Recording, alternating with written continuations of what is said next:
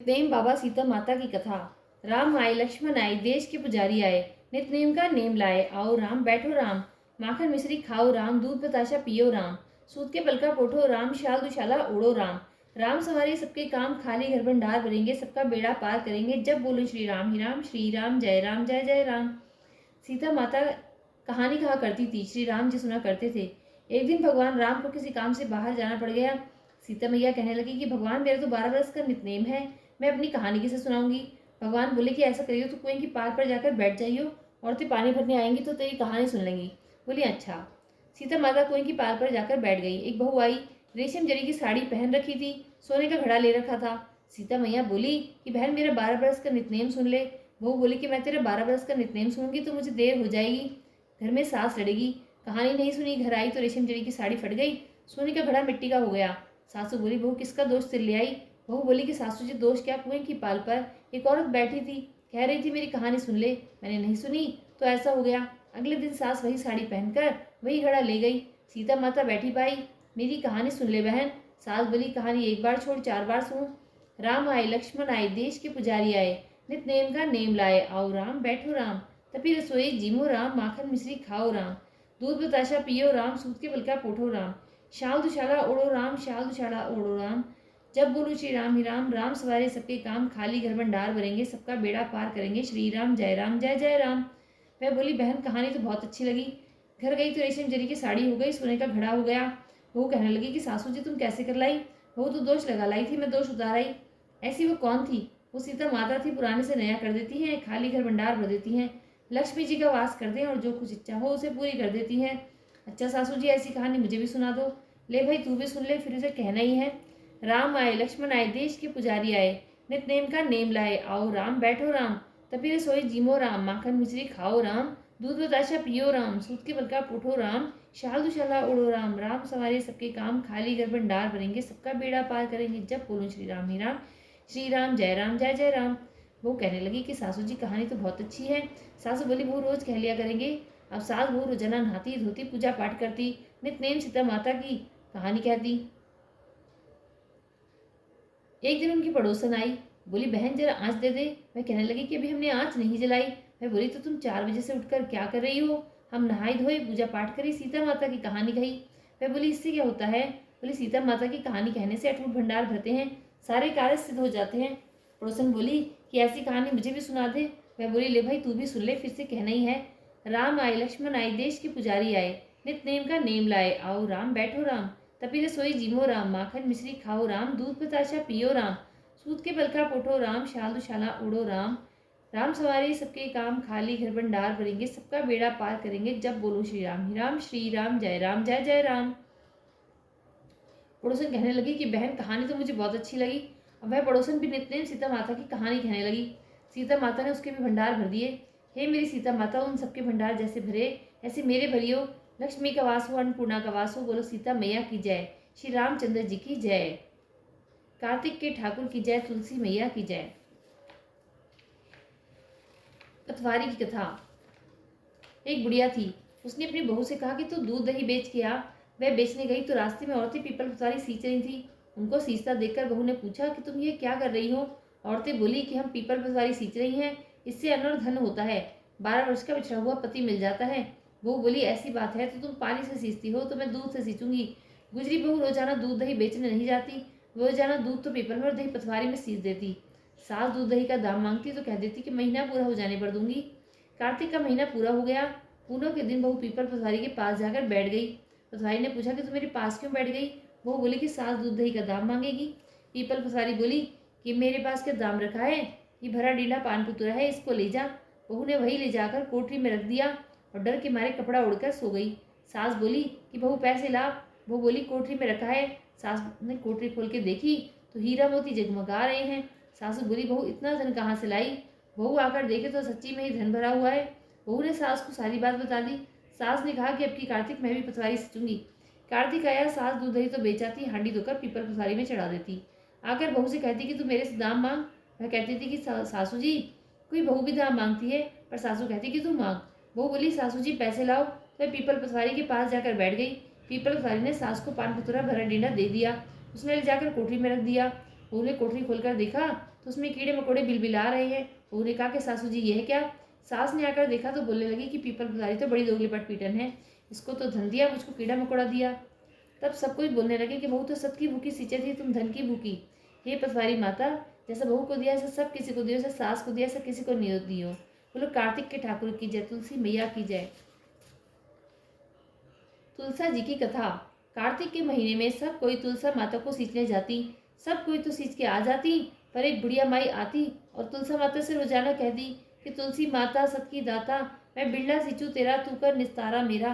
तुलसा माता अडुआ दे, लडुआ दे, पीताम्बर की धोती दे, मीठा मीठा घास दे, वैकुंठ का वास दे, चटके की चाल दे, पटके की मौत दे, चंदन का काट दे, झालर की झिंकार दे, साई का राज दे, दाल भात का जीवन दे, 11 का दिन दे, कृष्ण का कांधा दे। इतनी बात सुनकर तुलसी माता सूखने लगी। भगवान ने पूछा कि तुम्हारे पास तो इतनी औरतें आती हैं, तुम्हें जिमावे गावे तो भी तुम कैसे सूखने लगी? तुलसी माता ने कहा कि एक बुढ़िया माई आती है जो रोजाना इतनी बात कह कर जाती है। मैं और तो सब कुछ दे दूंगी, पर आप श्री कृष्ण जी का कांधा कहाँ से दूंगी? थोड़े दिन बाद बुढ़िया माई मर गई। सब कोई उसको उठाने लगे, पर वह इतनी भारी हो गई कि किसी से उठे ही नहीं। सब कोई कहने लगे कि पाप घाट की माला फेरती थी जिससे इतनी भारी हो गई। भगवान बूढ़े ब्राह्मण का रूप धारण करके आए। सबसे पूछने लगे कि इतनी भीड़ क्यों हो रही है? सब बोले कि बुढ़िया मर गई है, पाप नहीं थी इसलिए किसी से नहीं उठती। तब भगवान बोले कि इसके कान में मुझे एक बात कहने दो तो ये उठ जाएगी। सबने कहा कि तू भी मन की निकाल ले। भगवान ने जाकर उसके कान में कहा कि बुढ़िया माई तू बिरला सींचे मेरा, मैं करूँ निस्तारा तेरा।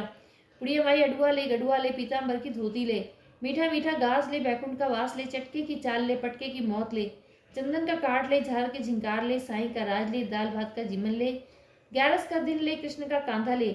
इतनी बात सुनते ही बुढ़िया माई हल्की हो गई। भगवान कंधे पर ले गए, उसकी मुक्ति हो गई। हे मेरी तुलसी मैया, जैसे उसकी मुक्ति करी ऐसे हमारी करियो, जैसे उसको कांधा दिया ऐसे हमको भी दियो। बोलो तुलसी मैया की जय, कार्तिक के ठाकुर की जय।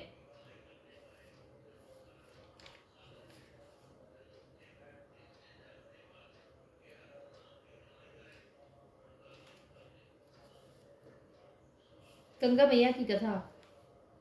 एक सास थी, कार्तिक नहाती, 12 कोस जाती 12 कोस आती।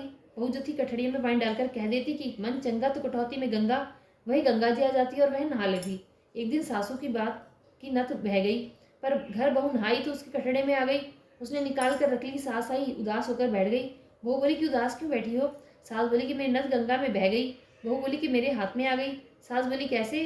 बहू बोली कि तुम तो 12 कोस जाओ 12 कोस आओ, मैं कटड़े में पानी डालकर कह देती हूँ कि मन चंगा तो कटौती में गंगा। गंगा जी यहीं आ जाती हैं, उसी में तुम्हारी नत बह आई, सो मैंने ले ली।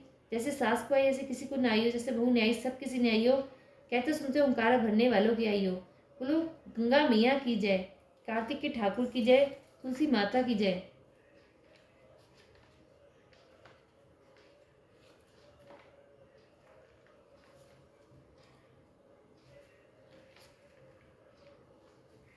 तारा भोजन की कथा।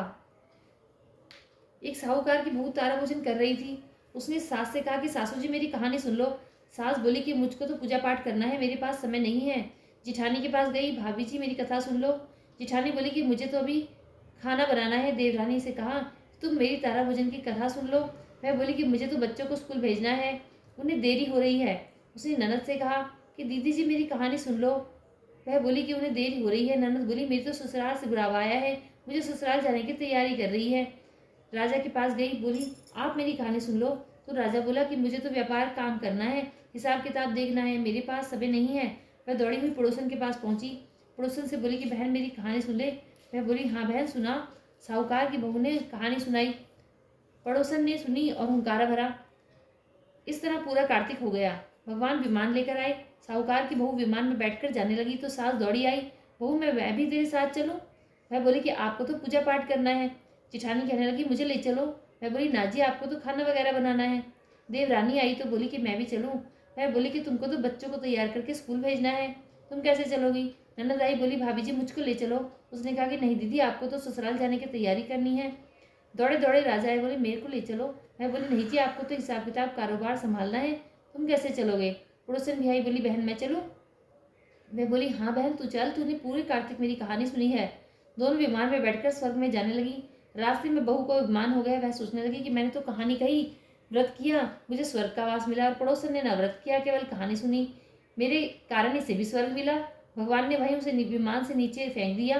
वह पूछने लगी कि भगवान मेरा अपराध क्या है जो मुझे छोड़कर जा रही हो। भगवान बोले कि तूने अभिमान किया है, फिर से 3 साल तक तारा भोजन व्रत कर, तब तुझे स्वर्ग मिलेगा। इसलिए कार्तिक का व्रत करने वाले व्यक्ति को या कोई भी पूजा पाठ करने वाले व्यक्ति को कभी भी अभिमान नहीं करना चाहिए। बोली कार्तिक के ठाकुर की जय, तुलसी माता की जय। लपसी तपसी की कथा। एक लपसी था, एक तपसी था। तपसी तो भगवान की तपस्या करता। लपसी रोजाना 1.25 का हलवा बनाकर भगवान को भोग लगाकर टाली हिलाकर जीव लेता। एक दिन दोनों में झगड़ा हो गया। लपसी बोला मैं बड़ा, तपसी बोला मैं बड़ा, क्योंकि मैं भगवान की तपस्या करता हूँ। नारद जी बोले कि तुम्हारा फैसला मैं करूँगा। नारद दूसरे दिन तपसी नहाकर आने लगा तो नारद जी ने 1.25 करोड़ की मुद्रा तपसी के आगे गिरा दिया। उसने आंख खोलकर देखा तो मुद्रा पड़ा है। उसने उठाकर पैर के नीचे दबा लिया और तपस्या करने लगा। उधर लपसी ने 1.25 का हलवा बनाकर भगवान को भोग लगाकर टाली हिलाकर जीव लिया। इतने में नारद जी आए, दोनों को अपने पास बिठाया। दोनों पूछने लगे कि कौन बड़ा है। नारद जी ने तपसी से कहा कि अपना पाँव हटा। पाँव हटाते ही मुद्रा निकला। तब नारद जी बोले कि मुद्रा चुराने से तेरी तपस्या भंग हो गई, इसलिए लपसी बड़ा है। तपसी कहने लगा कि मुझे मेरी तपस्या का फल कैसे मिलेगा। नारद जी बोले कि तेरी तपस्या का फल कार्तिक नहाने वाली देंगी। सब कहानी कहकर तेरी कहानी नहीं कहेंगी तो कार्तिक का फल तुझे हो जाएगा। धोती देकर अंगोछा नहीं देवे, सीधा देकर दक्षिणा नहीं देवे, ब्राह्मण जिमाकर दक्षिणा नहीं देवे, दीवा चास के हाथ न जोड़े तो तेरा पुण्य, कपड़ा देके बटन न लगाए, दाहिने हाथ का नाड़ा बांधे तो सबका फल तुम्हें हो जाएगा। इतना कहकर नारद जी चले गए। बोलो कार्तिक के ठाकुर की जय, तुलसी माता की जय।